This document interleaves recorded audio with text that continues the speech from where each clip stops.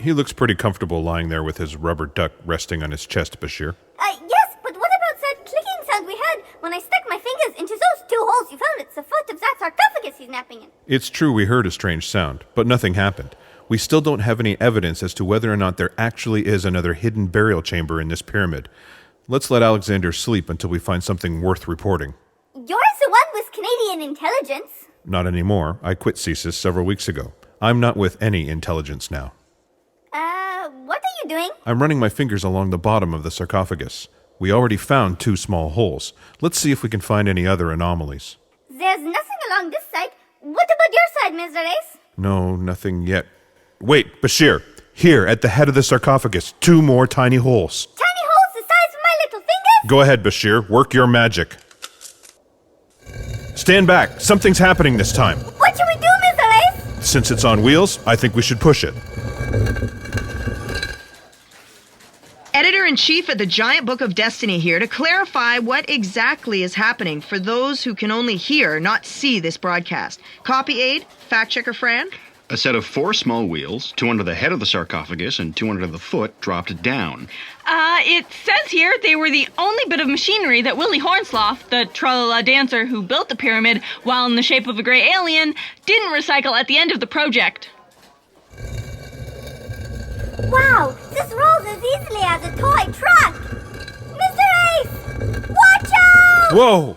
What a crazy place to put a deep, dark stone staircase. Bashir, go get a flashlight and tell them to hold all tours. Could I make a small suggestion? Keep it down! How am I supposed to nap with all this shouting? Alexander, get up. We found something. Oh my god, oh my god, oh my god, oh my god, oh my god. I always knew there was another burial chamber hidden in here. Give me the torch, Bashir. Flashlights are a hot commodity around here. It's going to cost you 700 pounds. Thief! Businessman.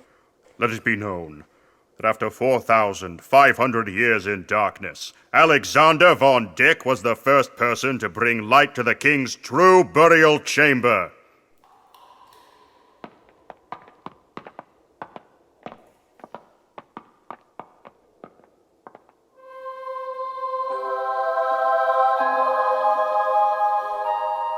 Wow. Whoa.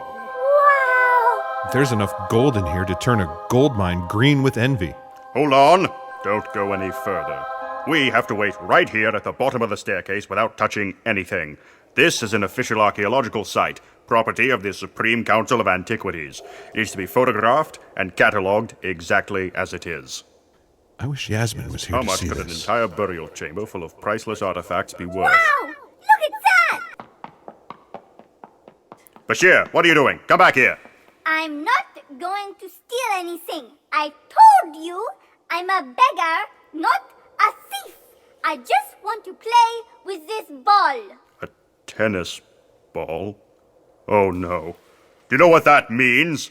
I'm not the first one to discover this burial chamber. A tennis player was here first. Bashir, let me see the ball.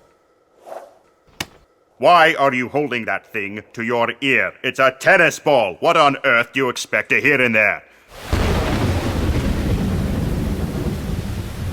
Nothing on Earth. It's just as I suspected. This ball wasn't left behind by a tennis player. It was left by the alien who built the pyramid. An alien!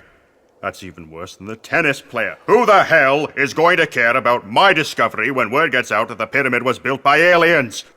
This is the worst day of my life. If I keep this tennis ball, then no one will know. You'll get your burial chamber, and I'll get the proof that I need that we are not alone in the universe.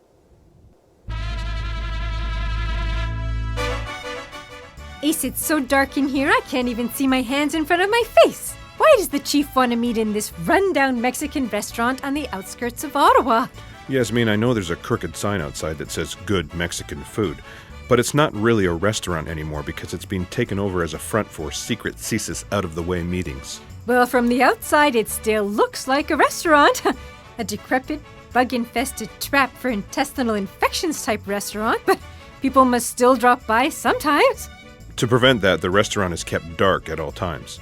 And every 6 months, it's given a terrible review in Ottawa Magazine, which is taped to the exterior of the front door beside the broken window.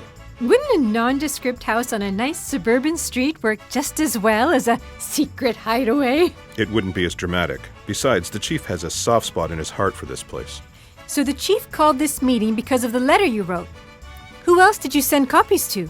I sent it to the CIA, the FBI, the KGB, MI6, and every other government-sponsored spying organization on the planet I knew about, plus the unofficial ones I found in the phone book. And you CC'd all of them so they'd all know they weren't the only ones who'd received it. Ace, why aren't you answering? I'm nodding. It's so dark in this place you just can't see me. In the letter, I explained the indisputable, incontrovertible, irrefutable truth that we are not alone. There are other civilizations out there, and they've been here. Just so you know, Ace, I'm nodding my head. I wrote that God was recycling long before blue bins came in. Nothing in the universe is anything more than incredible, awe-inspiring manifestations of stuff that was fashioned out of other stuff. There's someone knocking at the door. Do they ever serve people in this dungeon? There's only one thing on the menu stapled to the door: frozen tacos. Well, does anyone ever come in and order one? I don't think so. People usually read the menu and leave. Giant Book of Destiny here to clarify a few matters. Every once in a while, someone will come in and order a frozen taco. Of course, when that happens, the person never leaves a tip and they never come back. Fact checker Fran, please keep irrelevant details to yourself. Ma'am, listeners need to know about the exception, the one customer who comes back all the time. She may come back all the time, but she doesn't leave a tip either. Yes, I was getting to that before I got interrupted.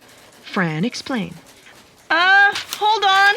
The Mexican restaurant has one regular customer who claims to be partial to frozen food. That's what she claims, but she keeps a case of Tums in her car and swallows a bottle of them after every meal there. That's because the customer is actually an FBI agent named Stella Schwartz, whose permanent assignment is to report on the goings-on at the secret CSIS hideaway. Stella knows the chief is on his way to a meeting at the Mexican restaurant, and she's on her way there now too. But first she has to stop by the drugstore for some Tums because her entire case mysteriously disappeared out of her car. Courtesy of Angie Starling, the CSIS special agent whose sole mission is to spy on Stella Schwartz.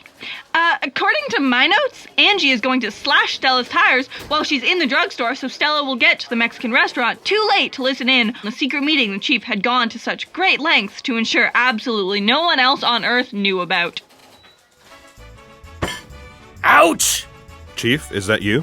No names, Ace. I'm Redbird. You're Blackbird. Use the secret call so I can find you. Ouch! Wearing flip-flops into a dark restaurant was a bad idea. Thank you for coming, Ace. Now, leave this restaurant, leave this province, leave this country, and never come back. I'm actually over here at the next table, Chief. If I may recommend the Darjeeling this afternoon, sir? Ah, splee! Excellent. Shine that reading light on the menu so I can read it. Today's specials are honey roasted ham with spiced pear chutney and watercress, a rare Angus roast beef with horseradish and arugula sandwiches, in addition to the regular selection of sweets. I'll take one of everything. Ace, what about you? No thank you, Redbird. Should I leave now and never come back? That will be all, Mr. Splee. Very good, sir. With the reading light for the menu gone, this place seems even darker than usual, doesn't it? Ace! Are you still here? I'm nodding in agreement, sir. Okay. Don't you want to know why I told you to leave before you leave? I assumed you were angry about the letter I sent you and wanted to see me in person to tell me you never wanted to see me again, even though you can't see me in this place. Ace! Blackbird. Where? I can't see a thing in this dark room. That's my secret name. Oh, yes, of course. Blackbird! I didn't come all the way out here just for high tea. I thought you tried to find a reason to hold a meeting in the secret hideaway at least once a day. I'm trying to save your life! With a honey-roasted ham sandwich? No! I want to warn you that a requisition for your death has been issued, Redbird. You're Redbird. I'm Blackbird. Right, Blackbird. Following a general meeting convened at Spy Union headquarters, it was decided the best way to deal with the problem you represent was to eliminate the problem. A $1,000 bonus was thrown into a pot for anyone who can get the job done during the first 2 days. Yeah, FBI agent Stella Schwartz here. Stella, have you heard about today's Secret CSIS meeting? Oh, oui, Chief. I'm on my way there right now. I'm running a little late because someone slashed all my tires. Okay, now the FBI just got word that Ace Galaksi is going to be at that meeting. This morning, the Spy Union headquarters requisitioned Ace's death. So, your orders are to kill the two birds with the one stone, eh? You want me to kill the two birds before or after I kill Ace? Sacre bleu, the two birds are the meeting and Ace. Oh! How do I kill the meeting? No, you listen in and the meeting and kill Ace. Oh, got it. How fast can you change those tires? Already done. Oh, mon Dieu, that is really fast, huh? My tires get slashed all the time. So last summer, I interned at a Formula One pit crew. Ah, that's good thinking. Now get going. Oh, I got so good. The crew offered me a job. But I said if I was going to quit being a spy to join Formula One, it was going to be as a driver. That's great. Ferme your bouche and start driving, huh? On my way, Chief. 15 more minutes and the Blackbird will sing no more. I don't understand. Why is there a requisition for my death? Do you honestly think there was anything in that pie in the sky, let's all get along and live happily ever after letter that everyone in the know didn't already know? Well, yes. Your teeth, huh?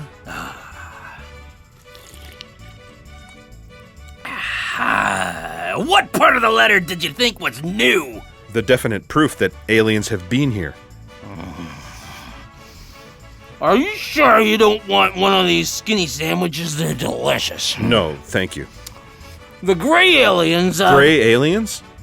I'm surprised you never found evidence of them. Their representative has a regular tea date with the president the first Tuesday of every month. Which president? All of them. President, Prime Minister, Chief, Pharaoh, whatever. The tea date alternates between world leaders.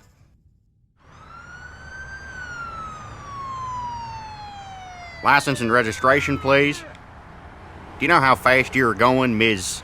Schwartz?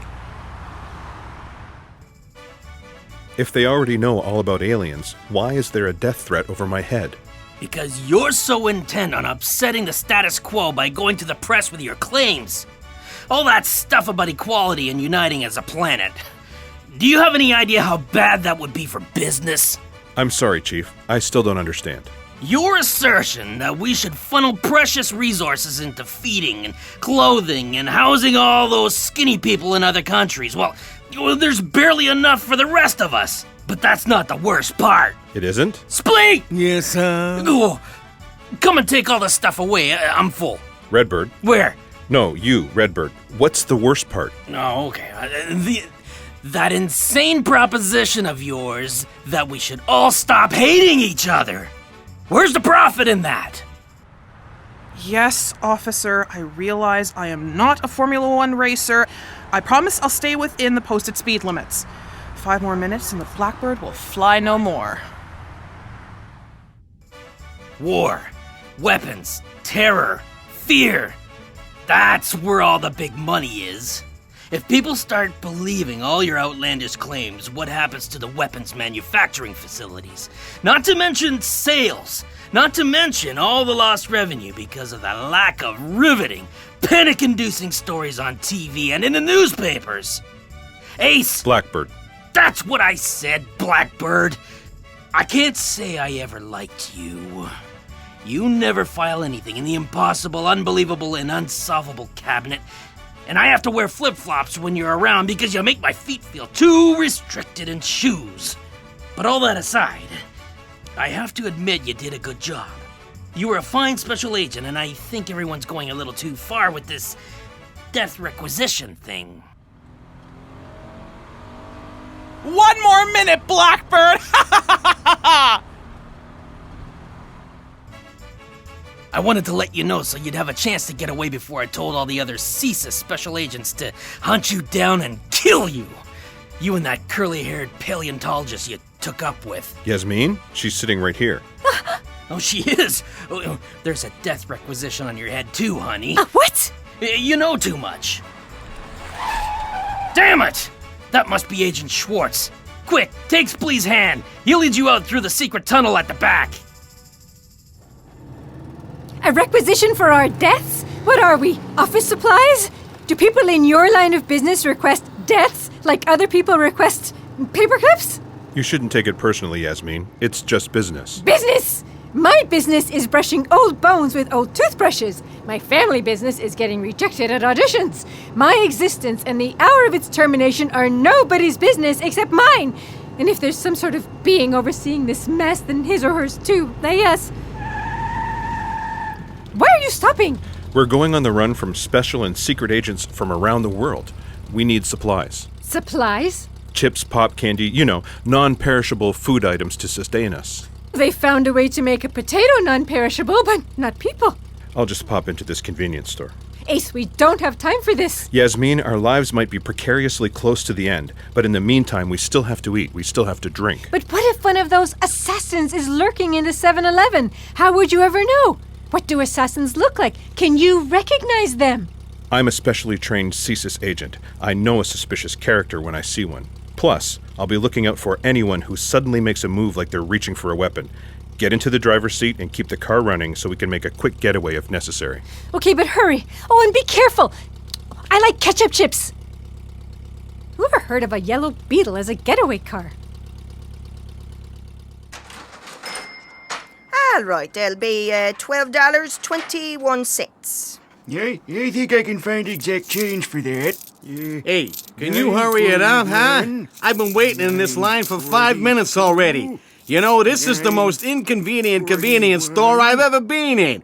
Hey, buddy, get your hand off my wrist! You made a sudden movement into your pocket. I thought you might be reaching for a gun. I was reaching for my wallet, you douchebag. $10.20. On FBI's Most Wanted last night, they said to watch out for irritable, nervous-looking individuals who made sudden, potentially threatening movements like the one you just made. Hey, you know what you are? You are a crackpot who watches too much freaking TV. This is a checkout line, buddy. Everybody here is reaching into their purse or their pocket. Oh, he's right. I've got to calm down. I can't be suspicious of everyone. Friggin' nutbar. Except that shifty-looking old lady. I don't like the way she's holding that tabloid paper in front of her purse, like she's trying to hide something. What's she hiding? There's only one way to find out. Young man, why did you grab the National Enquirer out of my hand and then roll backwards across the floor? Are you hurt, young man? I can't believe I so completely misread the situation. Again. It's not like me to act so wholeheartedly out of proportion. I'm sorry, ma'am. I got some bad news today. I must be a little confused. Here, let me help you up. What a surprisingly vice-like grip you have, madam. The better to grab hold of you, my dear. Wait, what's that glinting in her purse? It's a gun. And it's inscribed. For 50 years of dedicated service. The KGB. That's a rather long inscription to fit on a gun, ma'am. It's a rather large gun. Wait a minute, you got a gun? Hold on, hold the phone. You can't rob this store. I get to rob it. I haven't been waiting in this line forever. Don't you know how rude it is to break the queue? I'm not here to rob the place, huh? I'm here to kill this man. Who? That fast, blinking Neanderthal-looking guy? I'll admit he's a jerk, but don't you think killing him is a little harsh? I got orders to kill him this morning, and I'm just here to do my job. It's nothing personal. The $1,000 bonus for getting the job done in the first 2 days isn't personal? Well, that might be a little bit personal, but otherwise it's nothing against you, my dear. Okay. You do your job, and I'll do mine, all right? Hey, you, behind the cash, hands up and give me all your money. Sweetie, either I put my hands up or I'll give you that $38 in this till, but I cannot do both. Don't you two know guns are illegal in Canada? Hey, you, caveman, quit swinging that old lady over your head and put her down. She's just trying to do her freaking job. Hand over your weapon, please. What? Are you freaking nuts? I am trying to do my business here. Why should I hand my weapon over to you? Because of the rather large gun I've got pointed at your head. I'll get you, Ace Galaksi. Hello, mister. You cannot run out of here with a paper. Who's going to pay for that? What paper? I didn't even realize I was still holding on to this thing. It's on my grandmother, lying in the back there. They won't aiming a gun at you. $12.21. Where'd everybody go? Drive. Are we being followed? Guns! Guns! Who's got a gun? Where? You've got 2 guns and one of them is really big. I'm sorry, I picked them up in the 7-Eleven. If one of those guns is for me because you think I'll need to shoot someone in self-defense, you're gonna have to think again. I won't shoot anyone, Ace. I can't! And when did they start selling guns in 7-Eleven? This is Canada. Guns are illegal here. That's why I confiscated them from the would-be assassin and the would-be robber. Turn right. I can't handle this, Ace. I feel like my heart is gonna burst out of my chest. I can't breathe. You're just overheating from the stress. Here, let me fan you with this paper. The cool air will help you calm down. Quick, pull ahead of that truck. Now turn into that VW dealership. Park! What is going on? We were being followed, but we're camouflaged now. I'm going to hyperventilate. It's okay. Breathe slowly. Here, I'll keep fanning you.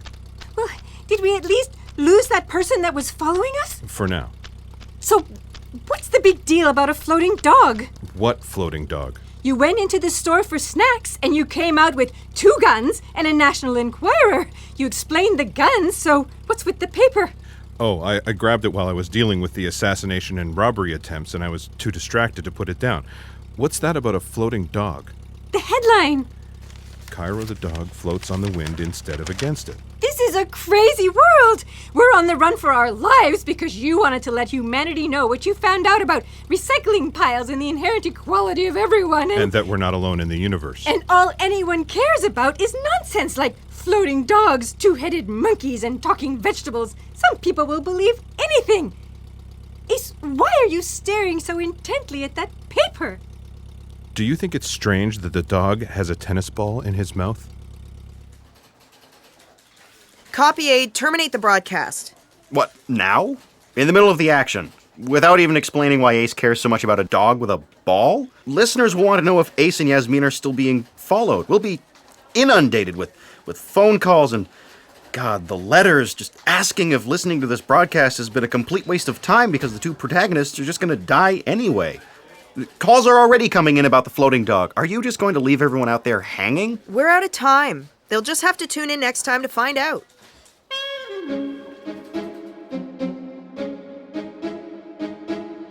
In that episode of The Destiny of Special Agent Ace Galaksi, Gord Mayer starred as Ace Galaksi, Michel Cote as the editor-in-chief of the Giant Book of Destiny and cashier, Eric Blom-Gagné as the aide, Alexander Von Dick, old man in store and cop, and Elise Blom-Gagné as fact-checker Fran and Bashir.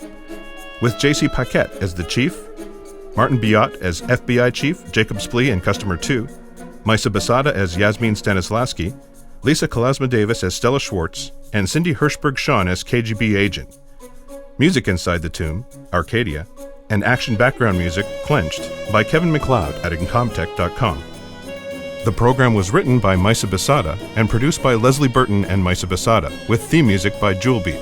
It was directed by Martin Biot, with audio production by Simon Bowers at Skylight Studios, Toronto.